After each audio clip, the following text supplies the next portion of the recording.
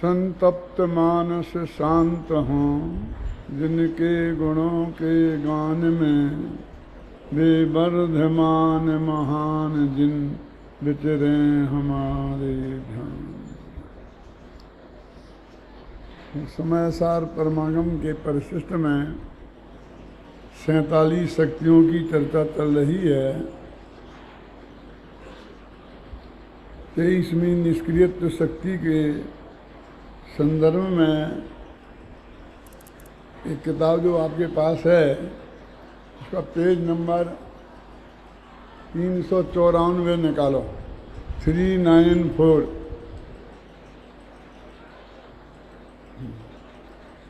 ये 394 पर सबसे अंतिम पैरा है। इसमें अभी तक जिन शक्तियों का वर्णन हो चुका है, एक पैरे में उन समस्त शक्तियों की चर्चा की है। मैं उस पैरे को पढ़वाना चाहता हूँ। अभय कुमार जी, मिल गया ना आपको? हाँ, हेलो, ध्यान से सुनो। पेज नंबर 394, समय सार अनुशीलन, भाग 5, उत्तरार्ध। दूसरा पैरा।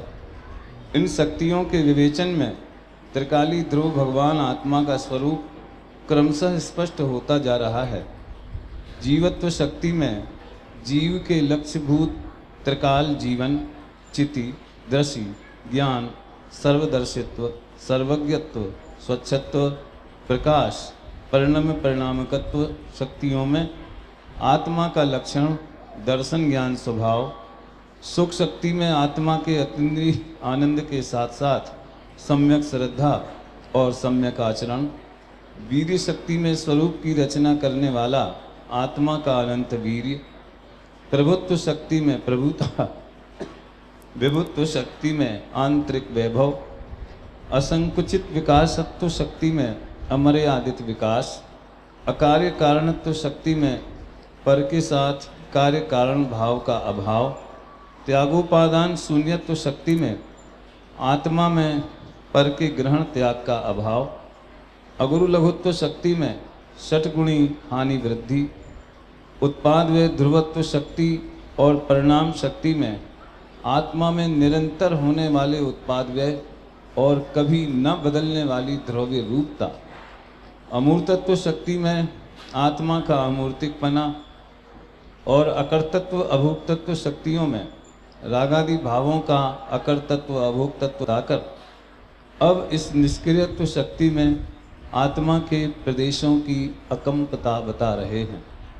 एक वाक्य में 22 शक्तियों का वर्णन है, कोई बड़ी बात नहीं है। स्वयं अमृतचंद्र ने आधी आधी पंक्ति में इन शक्तियों का वर्णन किया है। तो संस्कृत में भी इन शक्तियों को आप पढ़ेंगे तो उसमें भी इतना एक ही प्यारा है। ये तो पूज्य गुरुदेव के प्रताप से उन्होंने इतना इसके बारे में 700 पेज की किताब, वो इतनी अधिक विस्तृत हो गई कि लोग किताब देख के ही पढ़ने से हिम्मत छोड़ दें। और एक एक पंक्ति में भाव खुलता नहीं है, इसलिए मैंने करीब 47 शक्तियों को 60-70 पेजों में बांधा। वो 700 के 60-70 पेज कर दिए, 10वां भाग, और बिल्कुल आधे पेज से बढ़ाकर उसे एक पेज करके भी 70 पेज किए। ऐसा मध्यम मार्ग के माध्यम से आपको ये बात समझाई है। तो पहले ही वाक्य गठन है ना, तो देखो, लक्ष्यभूत जीवत्व शक्ति जिसमें लिखा है, और ज्ञान लक्षण के संदर्भ में फिर कौन? चिति शक्ति, ज्ञान शक्ति, दशी शक्ति, फिर सर्वदर्शित्व शक्ति, सर्वज्ञत्व शक्ति, स्वच्छत्व शक्ति, प्रकाश शक्ति और परिणम परिणामकत्व शक्ति। इतनी शक्तियाँ उसके लक्षण को स्पष्ट करने में लगाई।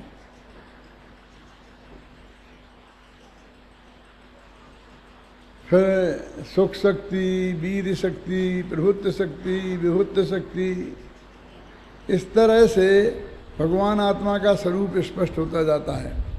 वैसे तो अपन ने 24 शक्तियों तक पढ़ लिया था। 23वीं शक्ति में जो पैरा मैंने दिया है तो कल और परसों अपन ने इसे बहुत खोजा, लेकिन उस वक्त नहीं मिला मुझे है ना, इसलिए फिर मैंने वो आपको निकाल के आज पढ़ाया है। अब अपन 24 शक्ति के बाद 25वीं शक्ति से शुरू करें।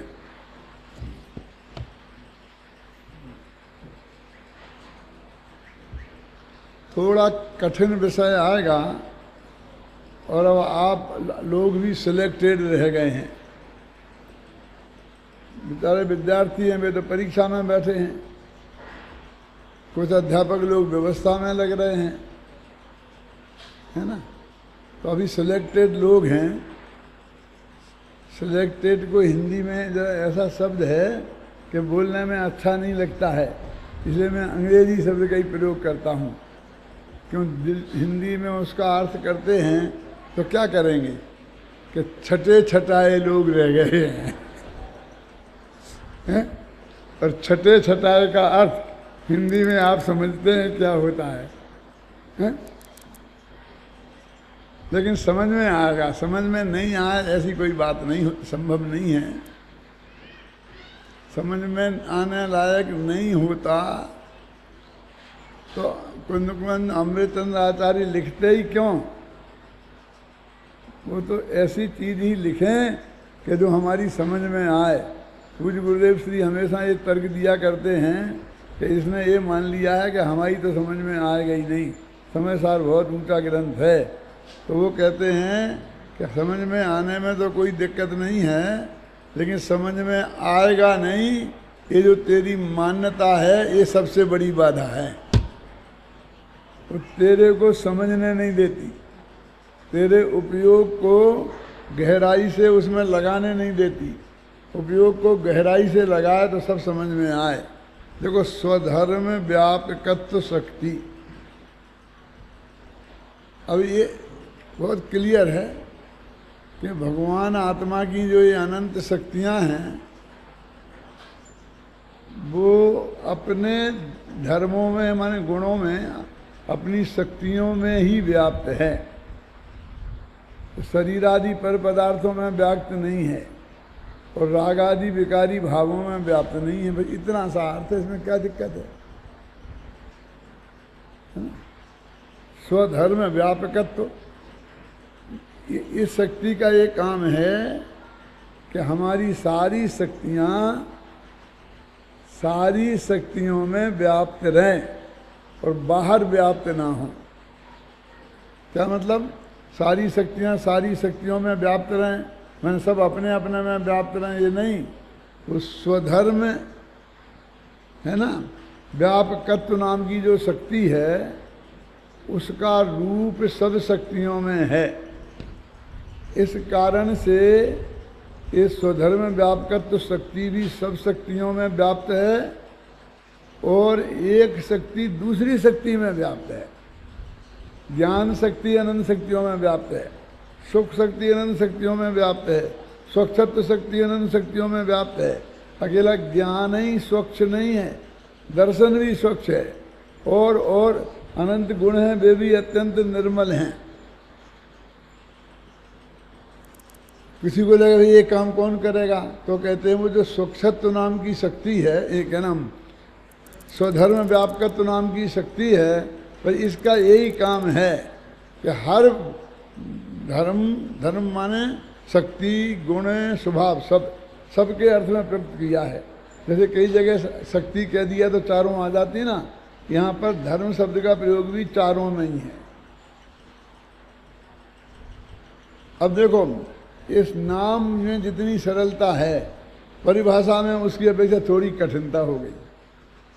तो परिभाषा क्या है, हिंदी में ही पढ़ता हूँ कि इन सभी शरीरों में एक रूप रहने वाली स्वधर्म व्यापकत्व शक्ति है।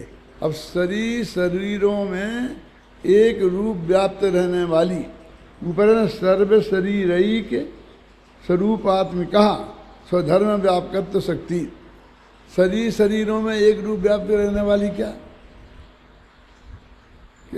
ये सारे शरीर का मतलब धर्म, सभी शरीर माने सभी धर्मों में सब शक्तियां व्याप्त हों, ऐसी शक्ति है। मेरे ख्याल से कुछ छूट गया है इसके बीच में। यह भगवान आत्मा अपने धर्मों में ही व्याप्त होता है, शरीर आदि में नहीं, क्योंकि इसमें स्वधर्म व्यापकत्व नाम की एक शक्ति है। इसके नाम से ही स्पष्ट है कि इसके कारण यह आत्मा स्वधर्मों में ही व्यापक होता है। यद्यपि यह आत्मा अनादिकाल से अब तक अनंत शरीरों में रहा है, तथापि यह उनमें कभी व्याप्त नहीं हुआ है। देखो लिखा था ना, सर्व शरीरई के स्वरूपात्मिका।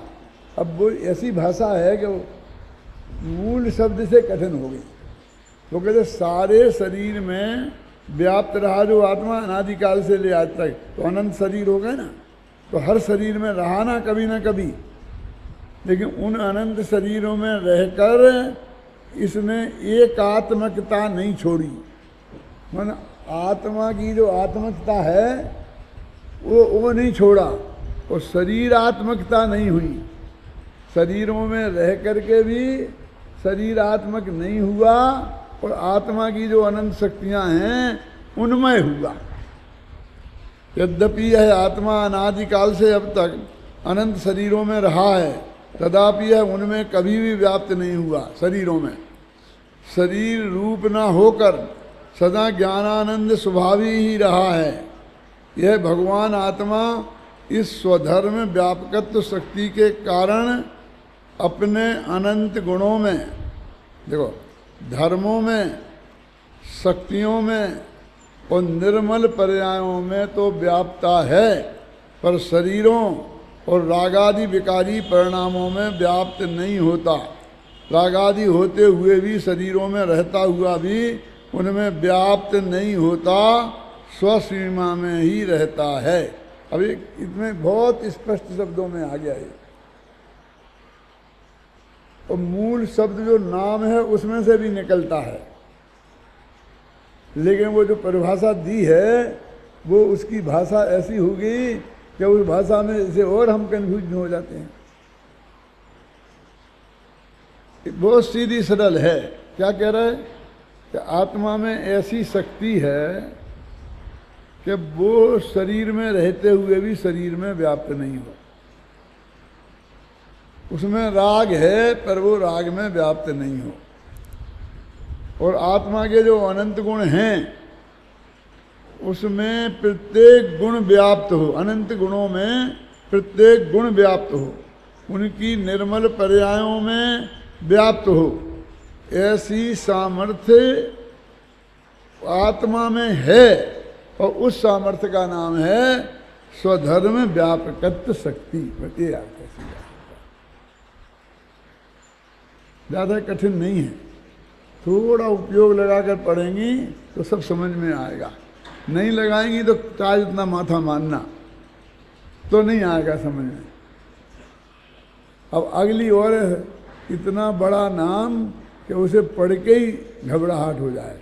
क्या देखो, साधारण असाधारण, साधारण असाधारण धर्मत्व शक्ति। ये बड़े नाम बहुत अच्छे होते हैं क्योंकि उनसे सारा अर्थ खुल जाता है। वो छोटे नाम होते हैं उनमें वो अर्थ समाता नहीं है, समाता है तो ऐसा समाता है कि अपन निकाल नहीं सकते। ये क्या कहते हैं, साधारण। साधारण माने सामान्य गुण, अस्तित्व वस्तुत्व है ना, ये प्रमेयत्व, ये जो गुण हैं 6 सामान्य गुण आते हैं ना उसमें आलाप पद्धति वगैरह में 21 भी सामान्य गुण आते हैं, और भी असंख्य भी सामान्य गुण हो सकते हैं। ये तो यहाँ सामान्य गुणों की चर्चा 6 के रूप में की है। तो साधारण माने सामान्य गुण, है ना। हमें वो तो साधारण बात है। अपन साधारण को बहुत तुच्छ समझते हैं और असाधारण को बहुत महान। वो असाधारण प्रतिमा के धनी हैं, वो साधारण बुद्धि वाले हैं। देखो क्या अर्थ करते हैं इनका। साधारण बुद्धि वाले हैं माने मंद बुद्धि हैं, कुछ समझते नहीं हैं।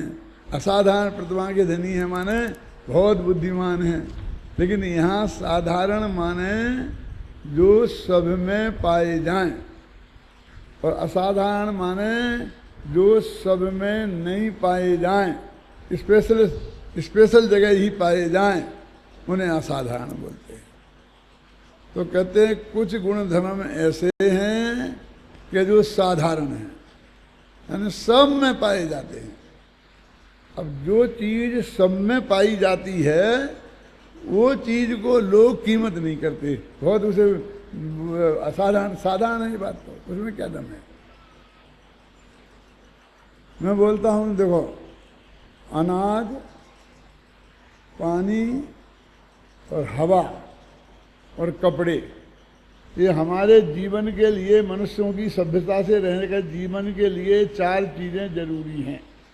हर माता बहन को, हर भाई बहन को चाहिए ना। वो धर्मात्मा हो जाए, सारा काम छोड़ दे, तो ये 4 चीज़ें तो उसे चाहिए ही चाहिए।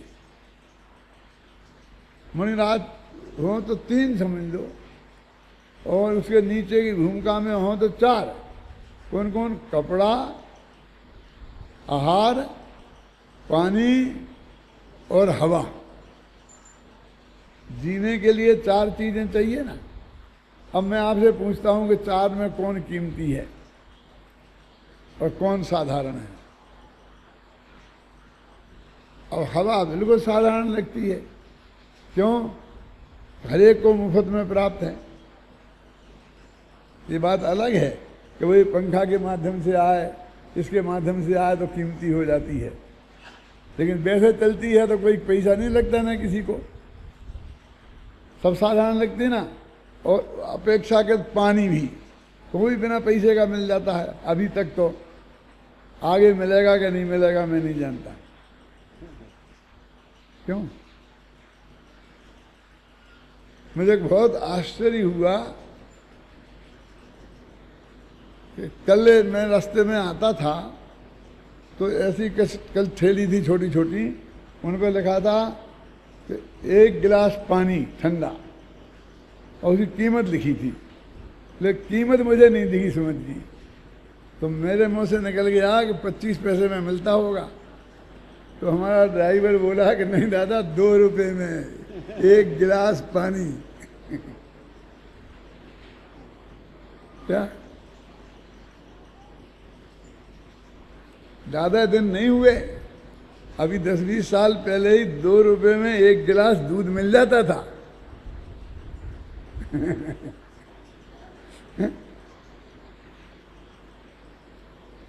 फिर भी आज उपलब्ध हो सकता है। हमें ठंडा मंडा नहीं चाहिए हो, 1 गिलास पानी उपलब्ध हो सकता है बिना पैसे के, लेकिन अपेक्षा के तो हवा जैसा नहीं मिले। फिर तीसरा है भोजन, है तो उसमें भी पैसे लगते हैं, लेकिन अभी भी हिंदुस्तान में एक मजदूर 5, 10, 15 रुपया में एक टाइम कम से कम पेट भर सकता है। क्या?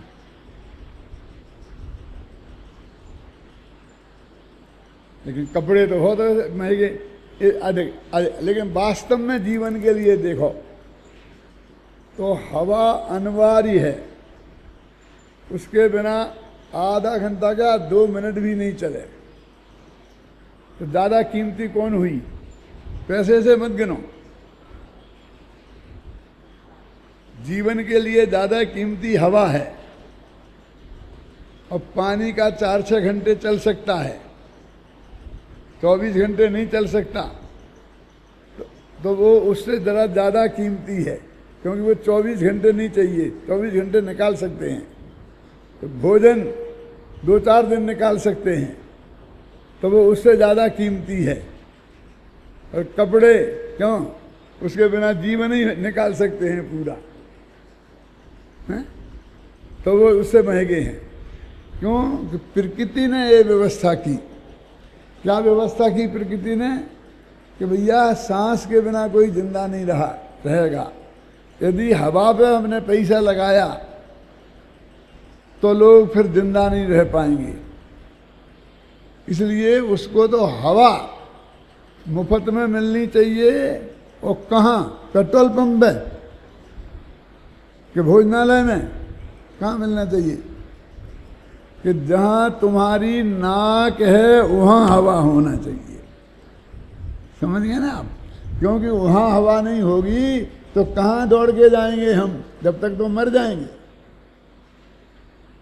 क्योंकि जब जीवन के लिए सबसे बेशकीमती हर जगह मौजूद है तो आदमी ये जिंदा है, नहीं तो जिंदा नहीं रह सकता है। और पानी कि हर घर में मिलना चाहिए, रसोई में तो मिल ही जाना चाहिए, है? लेकिन 24 नाक मुँह के पास तो नहीं रखा जा सकता 24 घंटा गिलास। जैसे नाक के पास हवा रखी जा सकती, ऐसे वो तो नहीं रखा जा सकता। आहार भी। तो मेरे कहने का मतलब है, जो ज़्यादा कीमती चीज़ होती है वो लोक में ज़्यादा सस्ती होती है, सहज उपलब्ध होती है, तो उसको साधारण कहते हैं। जो सब में पाया जाए वो साधारण गुण, सामान्य गुण, अस्तित्व वस्तित्व। समझ में आया कि नहीं? इसी संदर्भ में मैं एक बात और बताऊं आपको। संपन्न देश और गरीब देश, इन दोनों की आर्थिक परिस्थिति में क्या अंतर होता है आप जानते हैं? संपन्न देशों में खाना पीना महंगा होगा और लग्जरी की चीज़ें सस्ती होंगी। रेडियो टीवी सस्ता होगा, कपड़े सस्ते होंगे, लग्जरी में ना शौकीन, ये चीज़ें सस्ती होंगी। लेकिन खाना महंगा होता है। लेकिन गरीब देशों में गवर्नमेंट बुद्धिपूर्वक अनाज फ्री में देगी, कि 2 रुपये किलो देगी, 20 रुपये किलो के खरीद कर। क्यों? कहते हैं कि जीवन यापन की जो जरूरी चीज़ें हैं वो हर एक को मिलना चाहिए सस्ती सी सस्ती। तो वो खाद्य सामग्री को सस्ती रखती है और इन पर टैक्स लगाती है। रेडियो पे, टीवी पे, फ्रिज पे, घड़ियों पर। ये लग्जरी की चीज़ें हैं क्योंकि पैसे वाले खरीदेंगे। तो पहले पैसे वाले की जेब में निकालो पैसा, क्या उसे 10 रुपये की घड़ी 1000 रुपये में दो और उस पैसे से गेहूं खरीद कर गरीब को 20 रुपये किलो का गेहूं खरीद कर 2 रुपये किलो में दो। एक गरीब देशों की इकोनॉमी का स्वरूप है। ये अर्थशास्त्र में पढ़ाया जाता है भगवान जी। क्या अभी समझ में आया ना? नहीं तो जनता जिंदा कैसे रहेगी? इसलिए उन चीज़ों पर टैक्स लगता है। शराब पर 10 गुना टैक्स। 2 रुपये की शराब 100 रुपये में मिले बोतल, इतना टैक्स है। और पानी पर गवर्नमेंट अपनी तरफ से खर्चा करके और आपको मुफ्त में आपके घर पहुंचाए। ऐसा नहीं कि मुफ्त में दे रहे तो हमारे यहाँ से ले जाओ, नहीं, तुम्हारे घर पहुंचाएंगे। अब ज्यों-ज्यों देश में समृद्धि आती है, ये समझना, त्यों वे खाद्य चीज़ें महंगी होंगी और लग्जरी की चीज़ें सस्ती होंगी। ये समृद्धि की निशानी है।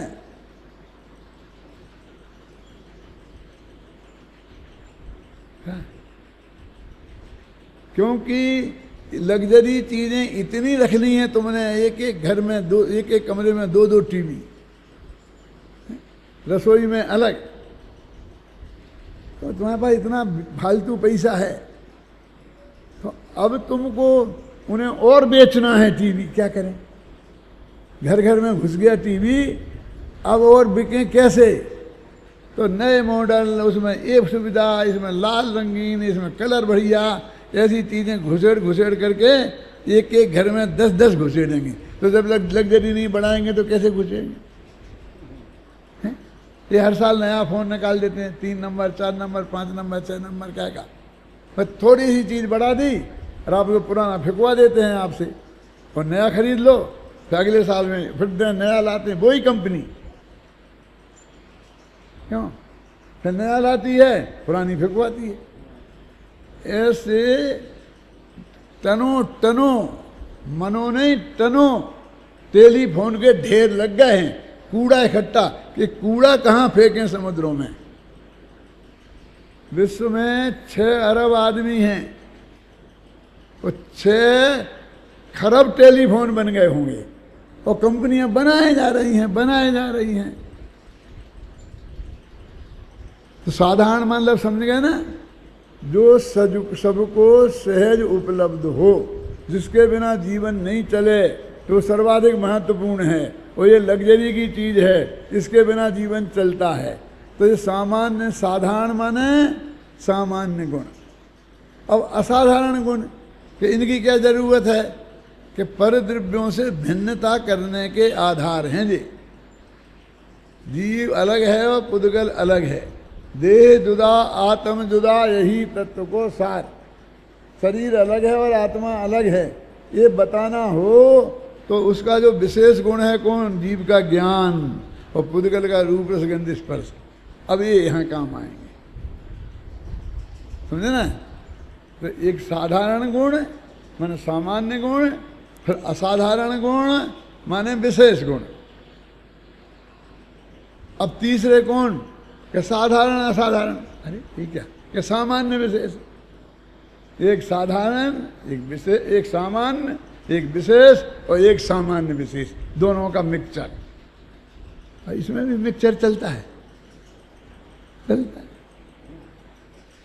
देखो, ज्ञान गुण साधारण भी है और असाधारण भी है। कैसे है? साधारण तो इसलिए है कि सब जीवों में पाया जाता है, और असाधारण इसलिए है कि पुद्गलों में, धर्म द्रव्य में, अधर्म द्रव्य में, आकाश द्रव्य में नहीं पाया जाता। एक अपेक्षा साधारण और दूसरी अपेक्षा असाधारण। तो तीसरा नाम क्या हो गया? तो गुण 3 प्रकार के हो गए, शक्तियाँ 3 प्रकार की हो गई अनंत में। एक कौन? साधारण, एक असाधारण, और एक साधारण असाधारण। तीनों हो गई ना। अब आत्मा में ऐसी शक्ति है कि जिसकी वजह से उस आत्मा में साधारण गुण भी रहते हैं, असाधारण भी रहते हैं, और साधारण असाधारण भी रहते हैं। जो रह सकें एक साथ, और उनको रहने में कोई दिक्कत नहीं हो, उसका नाम क्या है? साधारण असाधारण, साधारण असाधारण धर्मत्व शक्ति। इतना बड़ा नाम है उसका, और उसका सीधा सच्चा अर्थ है।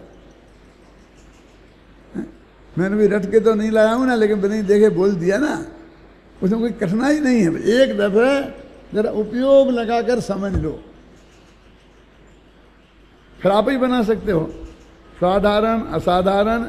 अब ये अपनी किताब में देखो, जैसे मैंने लिखा है ऐसे आप लिखोगे तो उसका नाम सही होगा। क्या इसमें ऐसी क्या विशेषता है?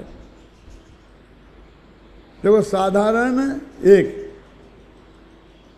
फिर असाधारण 2, फिर साधारण असाधारण, इन दोनों के बीच में यहाँ पर डैश है, फिर दूसरे साधारण असाधारण के बीच में डैश नहीं है।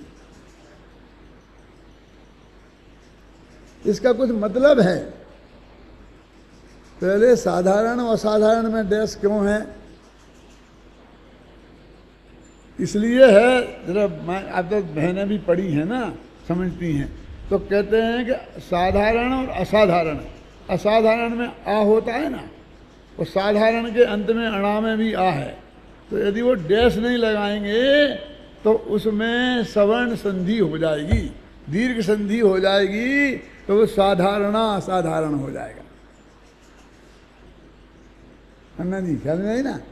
वो डैश लगाना इसलिए जरूरी है कि हम साधारण और असाधारण दोनों अलग अलग रहें, वो मिले नहीं, तो दोनों शक्तियों के नाम रहें। यहाँ कोमा भी लगा सकते हैं, क्योंकि एक नाम है ना शक्ति का, तो कोमा लगाना अच्छा नहीं है बीच में। अब फिर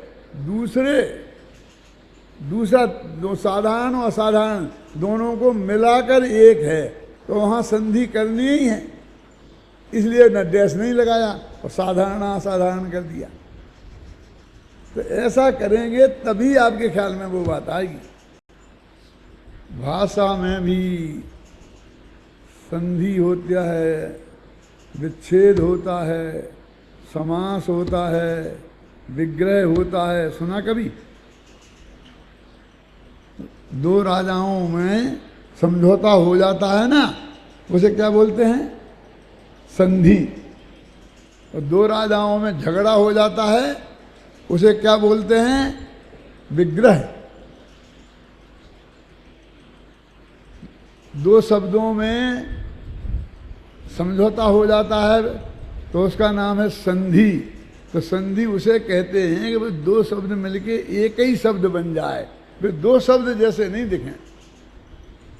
हुकुम चंद, अब ये अलग अलग लिखना चाहिए कि इकट्ठा? लिखते तो आप भी होंगे, कभी मिला देते होंगे, कभी अलग अलग लिख देते होंगे। आपका भी कोई ऐसा नाम होगा महेश चंद, तो कभी मिला देते होंगे, कभी अलग अलग लिख देते हैं। ऐसा नहीं चलता पोल पट्टी। यदि हुकुमचंद एक शब्द है तो मिला के लिखना पड़ेगा, और दो अलग अलग शब्द हैं तो दोनों को अलग अलग लिखना पड़ेगा। समझ में आई ना? तो संधि और विग्रह, विग्रह ये बताता है कि ये अलग अलग हैं, संधि ये बताती है कि ये एक हैं। समास ये भी मिलने का नाम है, और समाज के विरुद्ध भी विग्रह होता है ना, संधि के विरुद्ध होता है विच्छेद। विच्छेद विवाह विच्छेद हो जाता है ना। तलाक, दो शब्दों में परस्पर तलाक हो जाता है उसे बोलते हैं विच्छेद, और मिल जाते हैं तो बोलते हैं संधि। दो शब्द मिल जाते हैं तो बोलते हैं समास, और उनमें झगड़ा हो जाता था उसे बोलते हैं विग्रह। अब मैं पूरी व्याकरण नहीं पढ़ाऊंगा, नहीं तो बहुत लंबा मामला हो जाएगा। तो ये शब्द है साधारण असाधारण, साधारण असाधारण, धर्मत्व शक्ति। और सीधा सरल अर्थ है कि आत्मा में ऐसी शक्ति है कि उसमें साधारण धर्म भी रहें, असाधारण धर्म भी रहें, और साधारण असाधारण के मिक्सर धर्म भी रहें। ऐसी शक्ति प्रत्येक आत्मा में है, और उस शक्ति का नाम है साधारण असाधारण, साधारण असाधारण शक्ति। इतनी बात है, सरल है, कठिन नहीं, बिल्कुल स्पष्ट नहीं रही है। आप वो है ना, कैसेट बन गई होगी, नहीं आए तो बार बार रिपीट करके वहाँ सुन लो। मैं रिपीट करके सुनाऊंगा कि और कोई सुनाएगा तो उसे रटना पड़ेगा, याद करना पड़ेगा। वो कैसेट ने तो कर ही ली है याद, वो सुनाता रहेगा, आप आराम से सुनते रहो। ख्याल में है ना? तो आज अपन ने क्या पढ़ ली? अनंत धर्मत्व, स्वधर्म व्याप्त, कहाँ था? स्वधर्म व्यापकत्व शक्ति, और साधारण असाधारण, साधारण असाधारण धर्मत्व शक्ति। अब अनंत धर्मत्व शक्ति और विरुद्ध धर्मत्व शक्ति, ये दो और पढ़ लेते हैं।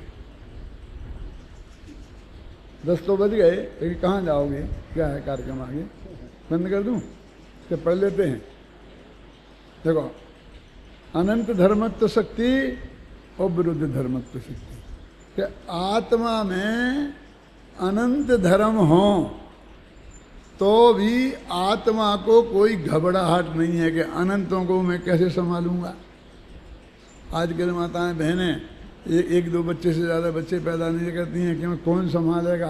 पुराने ज़माने में यहाँ दिल्ली गई पंडित थे प्रकाश चंद हितेशी, वो एक बात कहा करते थे। वो प्रकाश चंद हितेशी भी भारिल्य थे, आपको मालूम? अन्ना जी कि पहले के ज़माने में एक माँ बाप 12-12 बच्चों को पाल लेते थे, और आज 12 बच्चे मिलकर एक माँ बाप को नहीं पाल पाते हैं। क्या देते हैं?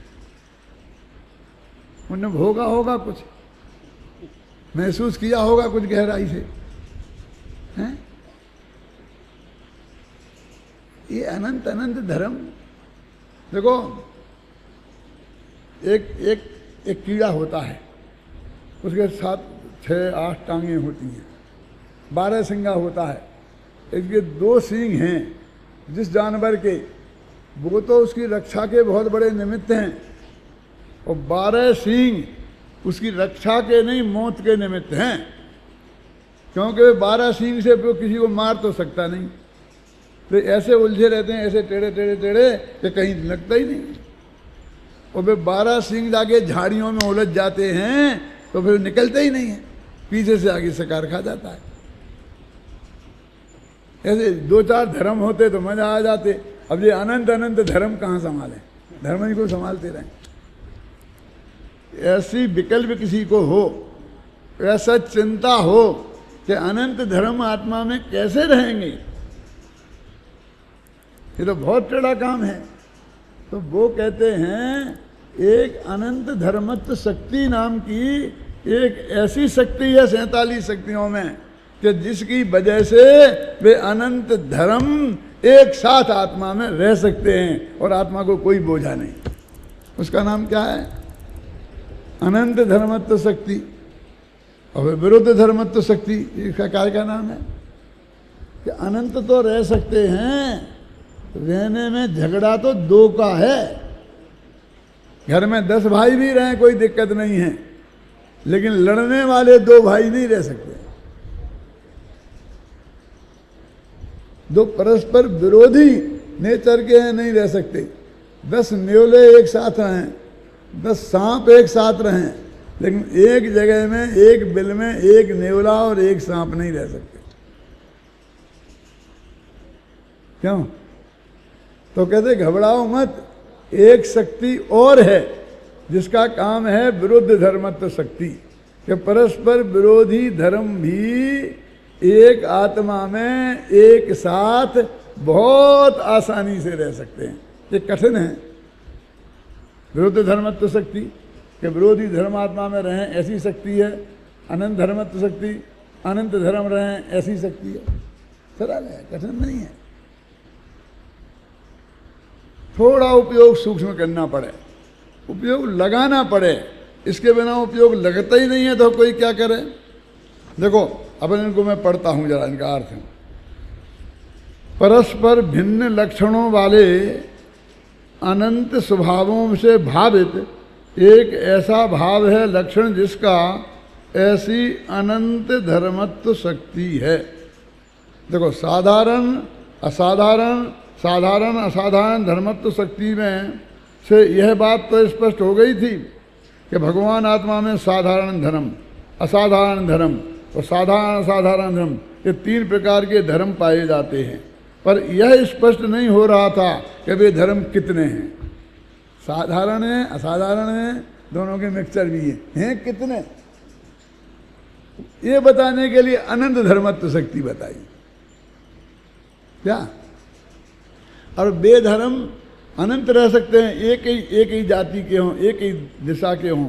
कहते नहीं, वे परस्पर विरोधी भी हैं और अविरोधी भी हैं। जैसे ज्ञान, दर्शन, चारित्र अविरोधी हैं, नित्यत्व अनित्यत्व विरोधी हैं।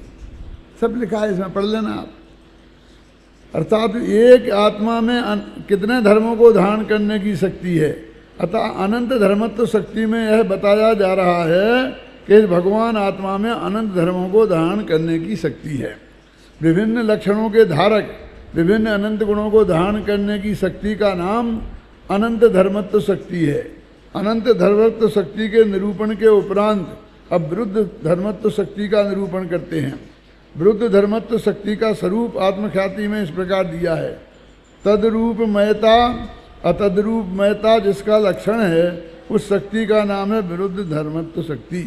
तद्रूप ये अविरुद्ध धर्म और अतद्रूप ये उस रूप नहीं है, ये विरुद्ध धर्म। तो विरुद्ध और अविरुद्ध दोनों धर्म एक साथ रह सकें, उसका नाम विरुद्ध धर्मत्व शक्ति है।